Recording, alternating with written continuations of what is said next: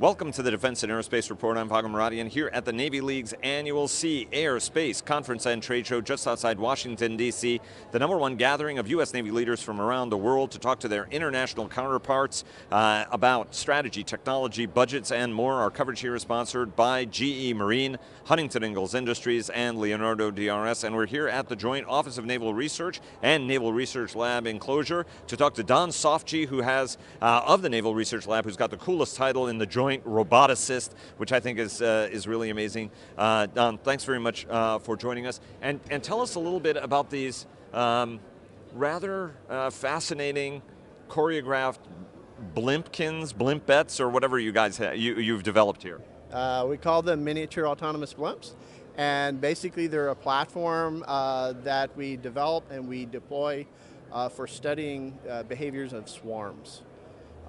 So we're interested in understanding swarms. We're inspired by nature, by social insects such as ants and bees and so forth, as well as looking at flocks of birds and bats and such, and trying to understand the principles that they use to achieve coordinated behaviors with no centralized control. So we're trying to draw lessons from nature, and we use these platforms as a way of implementing our own behaviors, our own algorithms for swarms, and testing them on these man-made platforms. So, and I also think, by the way, this Lego construction you guys have that demonstrates the NRL lab in which you actually do that is really cool, right down to the air conditioning units on the roof. But talk to us a little bit about what you've learned about swarms, right? Because they have an intelligence all their own, they sort of know where to go. Sometimes it's disorganized, but it always tends to self-organize really, really quickly. Talk to us about what you've learned from the natural world and how these large groups, whether they're insects or birds, behave, and how that helps you model that kind of behavior through robotic means. So there are a variety of social insects, ants and bees and cockroaches and other things like that, who work collectively for performing tasks such as foraging. They forage for food, or they sometimes need to look for a new nesting site.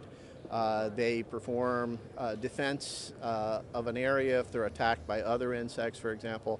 And the amazing thing about them is that they do all of this with no centralized control, no centralized leadership. Each individual agent, each individual ant or bee is operating according to its own behavioral patterns, but collectively they're able to work very effectively to achieve the goals of the group as a whole.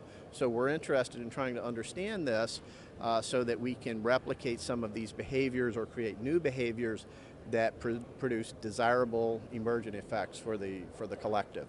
And how far away do you think we are, or you are, in terms of being able to accurately model that? I mean, do you have an accurate enough understanding of how they do it so that you know how to do it? Yes, under work funded by Office of Naval Research, actually, we have developed mathematical models for schools of fish, for flocks of birds. We've done studies of how ants do collective carry, how they're able to grab a segment of a leaf or food and bring it back to the nest. We understand the ways in which ants use pheromone trails or chemical trails in order to optimize their paths to find ways to food sources and such. So a lot of work has gone into understanding swarming and social insect behaviors. So we're kind of at a stage now where we're trying to scale up to large numbers of agents that ourselves, and then being able to program some of these behaviors into those agents. Sometimes what we find in simulation doesn't directly translate to the realities of real world, like with these miniature autonomous blimps. They get up there and then they're subject to air currents and such, which are not visible.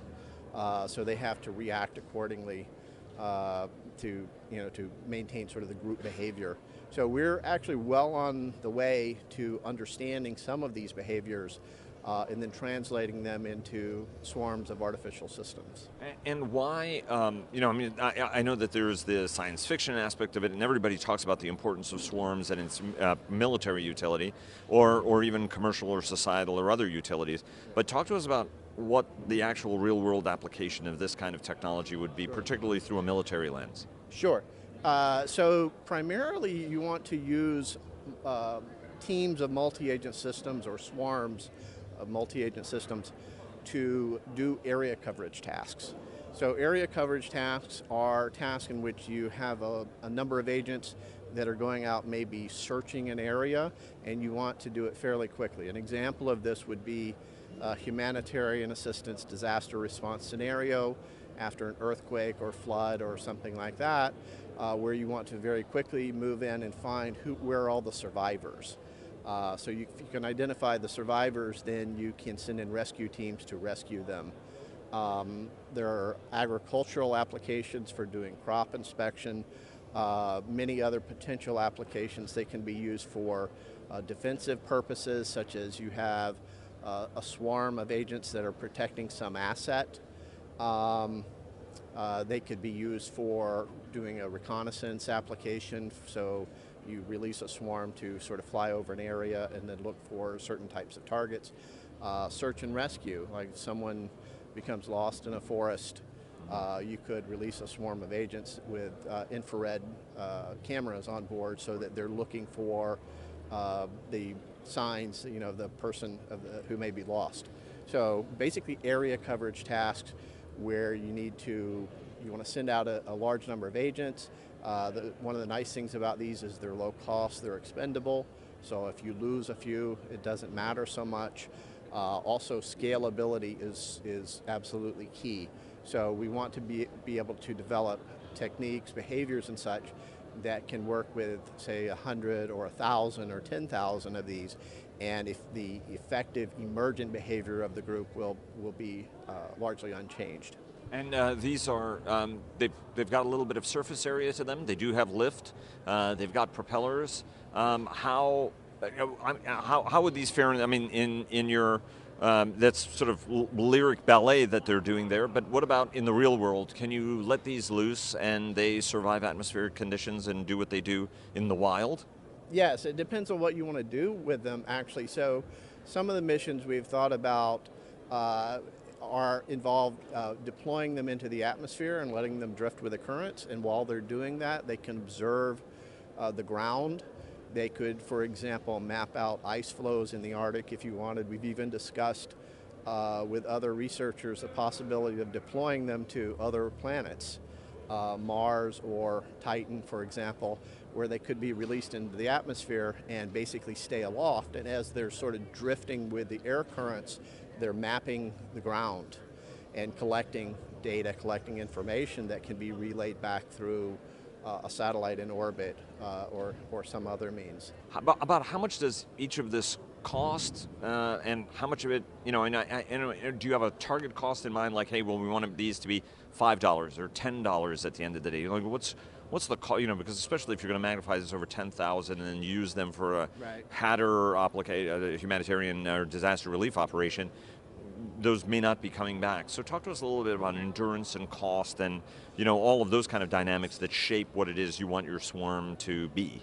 Right, so with these platforms here, the cost of the envelopes or the mylar balloons that we're using is nominal. That's basically, you know, the cost of a party balloon. It's pennies. The real cost is in the electronics package that's in the gondola. So if I could show you this. So this is the gondola package. So each of these has 5 motors, propellers, sensor, onboard controller, battery, communications module. So the real cost is in the electronics, and these are very inexpensive components. These are the same types of motors that are used for quadrotors and other commercially available drones. Particularly the small racing drones. So they're very low cost. The whole package probably costs no more than a few $100s. Right. And then how much endurance do you get? And of course, are you looking at solar and other ways to sort of extend range and make sure that you have that persistence from right, I mean, it has to get to where something is, and then it has to stay up long enough for it to be useful. Right, so these can stay aloft for, depending on how much we need to run the motors, they can stay aloft for hours to days at a time. Right. To the extent that they're drifting in the atmosphere, they're buoyed with helium, filled with, the envelopes filled with helium, so they can go up and stay up for a very long time. And then the small motors consume a very nominal, very small amount of power. And in fact, we can put solar collectors on the envelope so they can recharge the battery. So these could be used for very long duration missions. The hardest part is taking off from the ground, but once they're aloft, they can stay up for a very long time. Yeah, it's a little bit like me. Once I manage to get aloft, I can stay up for a long period of time. And what's the name of the program, Don? So this is part of the ONR's Super Swarm effort, right. And the name of this particular project is 99 plus Luft balloons. It's sort of a joke name the program manager came up with, but the reason for the name is that our goal is to scale up to over 100 of these platforms by the end of this year. Wow. So what you see in the video is a demonstration we did in December with 30. We did one with 19, and then we did another demonstration with 30. We're modifying the design of the platform now, and then we're going to continue scaling to larger numbers. So our plan is to have over 100. And Nina, that was the German 1980s pop star, if I recall correctly. Correct. That's correct. Yes. Yes. Well, and everybody look it up and download it on iTunes. Don Sofge, roboticist at the Naval Research Lab. Sir, it's an absolute pleasure. Really, really cool. And you guys should have some Silicon Valley side of this, because I'm sure there isn't a kid or a hobbyist that doesn't want to build and use one of these. So that could be a nice sideline of business for you guys. Thank you. Thank you very much.